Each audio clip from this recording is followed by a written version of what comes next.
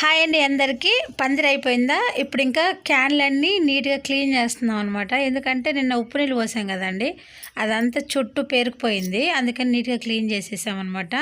మధ్యాహ్నం ఆదిత్యకి tiffin box ఇవ్వటం మర్చిపోయామన్నమాట. ఇంకా అందుకని ఒక చిన్న హోటల్కి అయితే వెళ్ళి చపాతీ తీసుకొని, అక్కడ బిర్యానీ తిన్నాక ఇస్తారు చూడండి అవి సోంపులు, అవి తీసుకొని తింటూ నిన్న ఫ్లెక్సీ ఆర్డర్ ఇచ్చాం కదా, అదైతే అయ్యిందనమాట. ఇప్పుడు ఇక్కడ వచ్చేసి ఇంకా ఫ్లెక్స్ తీసుకొచ్చేసి ఇక్కడ మనం బాక్స్కి కరెంట్ అనేది సెట్ చేసుకోవాలి కదండి. ఇంకా అదైతే డైరెక్ట్ మెయిన్కే కనెక్షన్ ఇచ్చేస్తున్నాడు అనమాట.